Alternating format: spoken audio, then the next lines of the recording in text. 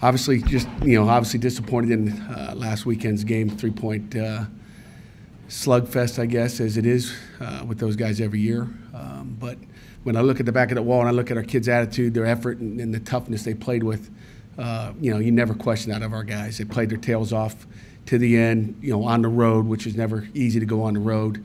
We don't do everything perfect as coaches or players, and we all make mistakes at times, and those are some of the costly things, whether it's a penalty or just an error in what to do and how to do it. And that's why we teach. That's why we coach. It's not going to be perfect. It's not at any level, from Pop Warner to the NFL. But again, the biggest thing is, are they giving you everything they got? And our kids are playing hard.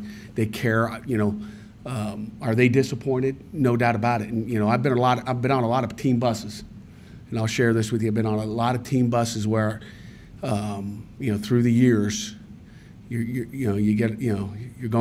come out of the locker room, you jump on the bus, and you're hearing some talk in the back of the bus, and you're kind of like, as a head coach or a defensive coordinator, you're kind of like, shut up back there. But you know what? I don't know if I was on the offensive bus. I'm talking the entire time, just silent. So it hurts. And I think when it hurts, that's when your guys care. And the same thing was on the defensive bus. So, that's a great thing, I think, because it hurts for everybody. It's not fun. But, we can't sit here and worry about it. Again, they're always tough. When the closer they are, the tougher they are, because you're actually one play away. And we had a lot of one plays on offense, defense, and special teams. You think about how it could have changed the game just on a positive note. Stalker makes a great play at the end of the half. He's going to take that to the house. And that's just one of the positive things, I guess. And you can say it's a positive, negative. Positive, he got his hands on the ball. Negative, that he didn't pull it down. He's got great hands, too. So there's a lot of positives to come back from, but we got to learn from our mistakes and move on, because Central Florida, with top 15 football team, with Heisman Trophy candidate for real. That'll be the second one we played this season. Mackenzie Milton is a football player. He's got a quick release, makes good decisions. The tempo is going to be going. They're special there. And then Pat Jasinski, their middle linebacker, is a football player, kind of like our Quentin Virginis. He's the guy that runs the show for them. So 58 and 56 are those two Mike linebackers that I think are always worth keeping an eye on in the game. So with that, I'll open it up for questions. I'm sure you got a bunch. After watching the film, what did you see on those two touchdown passes that UNC got on you, where those guys were? It looked like they were pretty open. Were those more physical or mental? Well, it's I'm trying to think. I know one of them I can think of. You're talking. There was one that was. One was a tee shoot, which we talked about that. I think I mentioned the word tee shoot to you guys on Thursday. Did you guys remember that? You're probably going, what is tee shoot? Tee shoot is what we saw, so we weren't surprised by it, but you would think we were. Just you get in the game and things happen like this, and we'll practice the tee shoot. Tee shoot is when there's maybe two receivers each side, and they run whatever. Usually it's what we call a smash 7 over there, and they send the tailback up the middle. We tried to run one, which we run them, and they grabbed us around the waist, and we weren't in position to make a play on the ball, and it's something we worked. We watched tape from 3 years ago, how many tee shoots they've got. But that's the one I can think of, and then the other one, I don't remember another one. I remember Dane's big pass. They made it 35-28. It was on the little switch route. Again, just that was more just physical, really. We got to press it up, and we got to get on the guy. We didn't get on him, and something just probably more physical. So you can say they're physical and mental. I mean, we always talk about physical and mental. They're both mentally. If you didn't get on the right guy and didn't get on it fast enough, it's a little bit of both. Now, how do you address the penalties? I mean, during practice, how do you? I know the Steelers next door, they bring guys in during the week and have refs watch practice sometimes. Yeah. We do the same thing. We got referees. Every team meeting. Obviously, I guess Wednesday and Thursday I start off the team meeting. We talk about yesterday's practice, where we are, what we need to do today. Hey, let's look at a review of what we did. So I put it up there on a piece of paper. Boom, stick it up there every day. It's got offense penalties, defensive penalties. The period. Who it was on. Their name is up there. And again, we've done that for years. And we've been one of the least penalized teams, and we've had way too many on special teams. uncharacteristic of a Pitt football team, to be honest with you. And it's guys trying to make plays. I mean, guys just getting anxious to go do it, and you just got to relax. We got 2 illegal shifts offensively. I think it was only 2 penalties we had on offense. We don't penalize. I'm not going to run them. I'm not going to make them do up downs for. They understand how it hurts, and it hurts worse in the second half. It hurts worse when you got a 25-yard run, and all of a sudden you got a 1st and 10, and you change the field, and all of a sudden now you're backed up again. Go back further. Go deeper into the end zone. Getting into that coming out situation. So they know, and it hurts, and they're not trying to do it. I think it's something. Everybody's got penalties. I mean, again, I think we only had 5, so it's not like there was maybe. I think 5, and one of them was a kickoff, kickoff out of bounds, which Kessman kicked the ball, so you can throw that one out. And on the same play, you had Chase Pine was a little bit offsides. He thought he had to change something a little bit on that down, but those 2 I'm not worried about. I'm worried about a personal foul. I'm worried about the illegal shifts, which are happening both on, and it's something in college football. Trying to speed these games up. Well, by the time you get off the sideline, you get on the field, that 25-second clock on those first possession plays with some of the shifting and just getting lined up. And usually it's a guy that's got the furthest distance to go from the sideline. So we got to clean that up, and we've known that. But those are ones that have hurt us. And it's usually a young guy that's, not getting set, a freshman. So those are things that you got to live with and try to correct. Are there mistakes that you see on the field during the week carrying over into the games? No, not really. Not really. You wish you would. We covered a tee shoot every time we saw it. It's an arrangement of different things. I mean, like I said, let's just look at defensively. I mean, there's just little things. Each play, I mean, you guys can put the tape on and point it out. We call 3rd down and 17. We call, a cover 2 man underneath. And, my man Theron Coleman is in perfect coverage. Dane Jackson's in perfect coverage. And the other corners just plays it different than the other 2 guys. It's like, but he didn't do that in practice. But, things happen during the game, and, you've got to correct it. But it's 1 guy or 2 guys a play, where then the other guys are playing it really good, and you're like, golly, if we can get all 11 playing. And that's, that's coming together and doing it right and having focus for 60 minutes, each play, 6 seconds, okay? You get a break off, 6 seconds again, and we got to have focus. So, and again, perfect alignments. I'll throw that one out to you. Some of these tempos, and we're going to see as fast a tempo as you're going to see the next 2 weeks. But Central Florida going to snap the ball, shoot between 8 and 12 seconds a lot of times. Period. It's going to be, you guys, might as well keep your cameras on. Don't shut them off. Don't blink. You might miss a play. But it'll be as fast as you've seen. It'll be lightning fast. But our guys got to get the call on the sideline and get back up and see the formation, identify formation, and that's why they're scoring so many points, because it's going like this. We got to get aligned perfectly. And again, our guys are in generally the right spot. But we talk about perfect alignments, and I'm talking this far. That far is a big deal. Whether it's a safety alignment on the number 2, whether it's a linebacker who thinks he's in a 30, it should be in a 10. I mean, it's this far away. And those are all details that, you have to clean up. So there's some major things like that cover 2 I'm telling you about.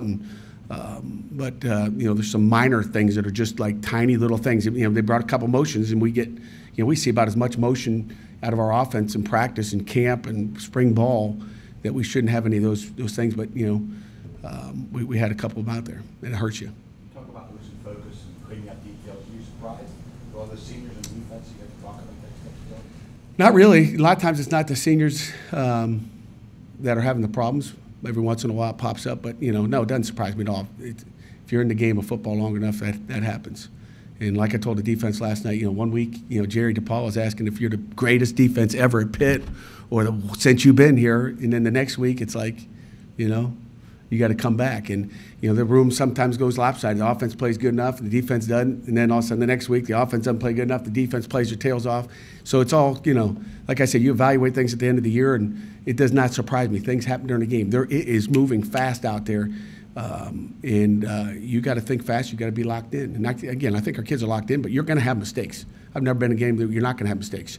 But again, one less mistake and we win the football game. That's all it takes is one. It's like I told the defense, we didn't ask you to shut them out, Okay, there's not going to be a shutout.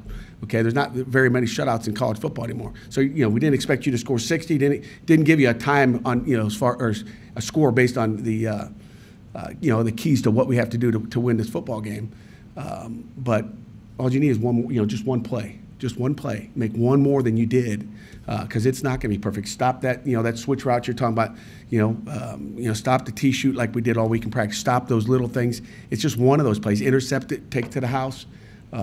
Whatever it may be, make the one more play and you win the football game. So don't have an illegal shift when we get a 25-yard. Who knows what that turns into? But probably one less series for them. Just don't fumble a kickoff return and don't give them a short field to score again. I mean, just take that one away. So there's there's so many. I mean, everybody's got a piece of it, coaches and players. That's how it is. So. This defense had, came into the season with a fair deal of hype and praise. These first 4 games here, what have you noticed some of the biggest struggles and shortcomings have been with it? They met your expectations? Nobody's going to meet expectations, but you're talking preseason as opposed to postseason to real stuff that is in season and weekly. I mean, we look at where you are weekly, and like I said, nobody cares what you did against Georgia Tech in the first half. Nobody cares. And you know what? This week, the only thing I care about is what you do against Central Florida. I'm not looking backwards. All we care about is right now, right here, right now, where are you? And again, you're evaluated weekly, not evaluated at the end of the season, as we've mentioned before. You're evaluated weekly and individually and as a unit. And am I surprised? No, I've seen it. I mean, it's college football. It's teenagers. It's coaching. It's everything. How will you insinuate? You guys got any questions about Central Florida? They're pretty darn good. I think they've won 16 in a row, Jerry, but go ahead. I'm sorry. Good. How will you simulate their tempo in practice? It's a great question. I'm getting ready to walk into a meeting. Everybody's been, as soon as we walk out of here, we've done a bunch of different ways. There's, different ways to skin the cat, but, number one, and it's every week. I mean, you say, how do you simulate it? Our scout team will probably have wristbands. We're going to try to bang, bang, bang, bang, bang. It's not going to look like them, just like Georgia Tech's offense didn't look like it. But every week that's probably the first thing we look at before we watch it down is like before you get into really game plan. Right now our coaches are all in different rooms putting the pieces together and then come together and say, okay, how are we playing them, who are we playing, what package have we got going on. These guys they limit you to really doing much pressure wise because you don't have time to even communicate. I mean, the reason they go fast is they want to keep you in your 4 down and they want to keep you from doing anything but that.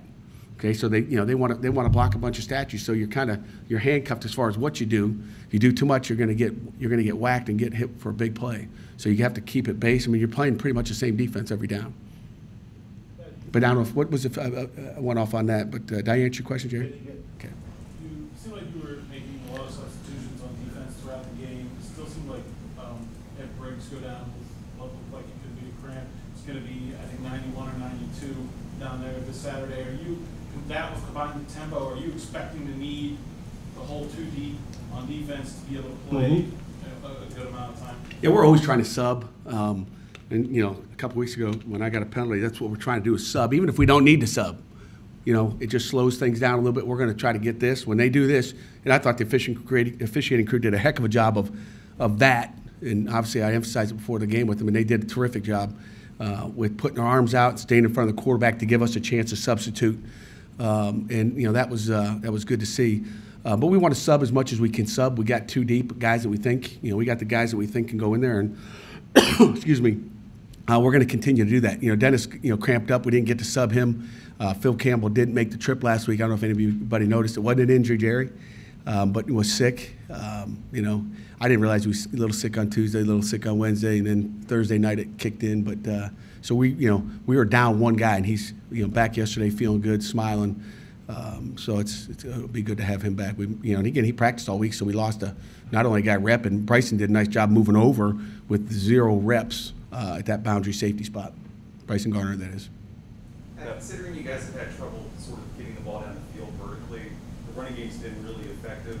Does that make it maybe even more impressive because teams are sort of at the line and you guys are still being able to move the ball? It does. I think offensively we've done a good job at, I think they were mixing things up, running pass last week pretty good. I think, we've been running the ball effectively. I mean, we rush for more yards. I mean, you sit there and you look at some of the stuff we put on the screen last night when you outrush a team, and we rush for over 200 yards, and we rush for more than they do, and you're still slapping yourself in the face like you still want more. It ain't good enough. Over 100 yards rushing on defense is not good enough. It's kind of the standard. Maybe the standards are all changing. These offenses are whacked out, but they do a nice job. But I think. Is that the key? I mean, is that the key against Central Florida? If you kind of just keep them off the field? I mean, is that the best? Yeah, but then I think we don't want to do is handcuff our offense to the point where, hey, run it 3 downs in a row, see if we can eat up the clock, and don't run out of bounds. Nobody wants to coach that way. Nobody wants to play that way offensively. I mean, Bostic used to like that. That's all he used to do. But nobody. I mean, we got to be open up. We got to go, and we got to make plays. And I don't want to handcuff anybody. We need to make plays down the field. And Taste here did a great job making some plays. I mean, so those are some big time catches. We got to get more of that, and we got to get some more guys involved. Now, what you guys have to do to sustain the good things you've done in the first half offensively the last couple of games and carry that over and get a score right away at the beginning of the third quarter? You mean you're talking first half to second half? Yeah. That's the magic question right there. The first thing we got to do is give ourselves a chance field position. And it starts with special teams and it starts with offense and defense. I mean, it's really all 3 phases. But, I mean, the second half, the last 2 weeks, we're sitting in really the last 3 weeks. We lose the field position in the second half, and we win it in the first half, and we lose it in the second half. I think we lost, the field position by 117 yards, and we look at that, but it was all in the second half. I mean, I think our average field position in the second half, does anybody know it? Anybody? You guys look at the stats. Does EJ give you a stats book? What do you guys do? There's so much information in there. We average having the ball. I think they had it on the 36. We had it on the 18-yard line.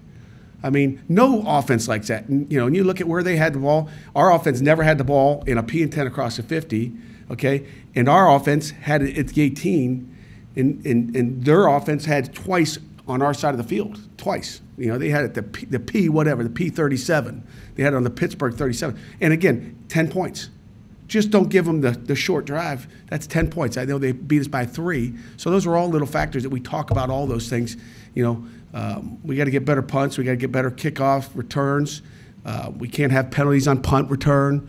We had 2 of them. We have a nice return in punt safe. We got someone throw someone down, which is uncharacteristic. And it's just like, we just, stab ourselves in the heart. We can't do it. And until you fix that, you're going to have the same problems. Field position could be a problem your defense giving up too many first times, correct? No question about it. I mean, it's everything. I mean, it's all, like I said, it's offense, defense, it's all combined. Okay. Talking about field position, how do you get to you? Are you seeing from Kirk in practice something better than what he's put out there in the game, and how do you go about getting that out of him? I think he's just got to, refocusing on what he can punt the ball. You guys probably see it in practice. But he's just got to, get in the zone. I think he's thinking too much. And again, it's a young punter. A young punter that's trying to work through the good and the bad. I'm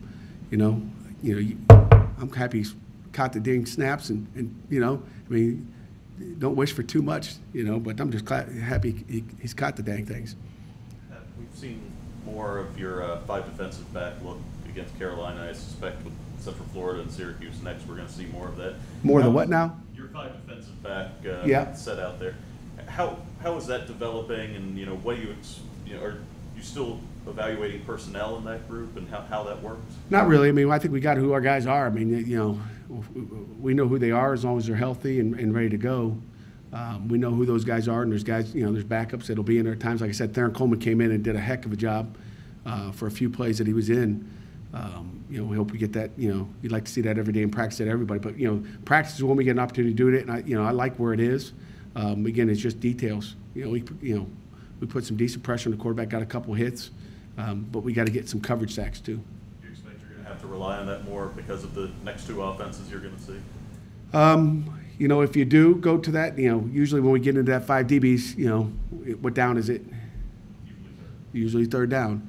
You start going in some of that on first and second down, you won't have to worry about third down. They'll hit their head on the goalpost, running the ball down your throat. This team likes to run the ball. They're good at running the football, and they're fast into it. So switching personnel really isn't an option. Sometimes third down they'll give you a chance to change personnel, but when they sub, we're going to try to sub and we'll get our guys out there. But the substitution is the key, and being able to stop the run out of a front. That our 3-down stuff is really for pass. So if you get into that on third down or on first and second down, and we've got to stop the run. Period. I mean, we didn't do that last week to win a football game.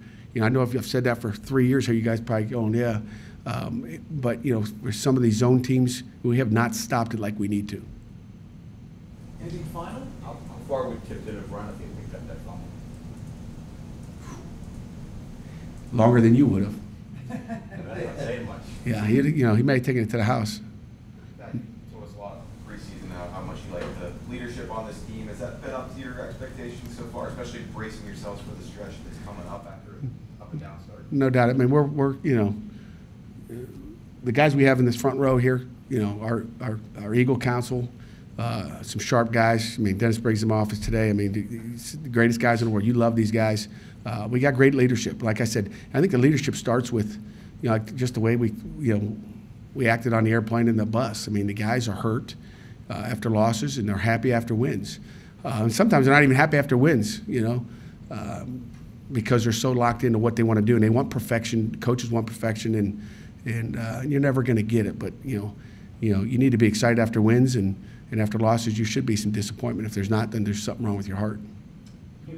And I love our leadership. Greg, we'll give you the last one here. You got one? You had talked about the Carolina game had about protecting your all signals and making sure that they have to hold your guys. When you look back at that game, how do you feel like that went? I don't know. Maybe you got to ask them. I don't know. I mean, you try to protect them. Who knows? I saw. I guess maybe it's FAU's got this big, looks like a big black door that they're trying to prevent people from seeing it. Maybe we got to come up with a, we have to have you guys get you a sideline pass, come down and start to shield some stuff from other sides. But you can only protect it so much. If you protect it too much, then and maybe that happened a couple of times where you're cut off the safety and he can't see the call, and then all of a sudden, he doesn't get it. I know someone thought, at one point we might have been in punt safe when we were in defense. So you can screen them off, but you can't screen them off from our kids either.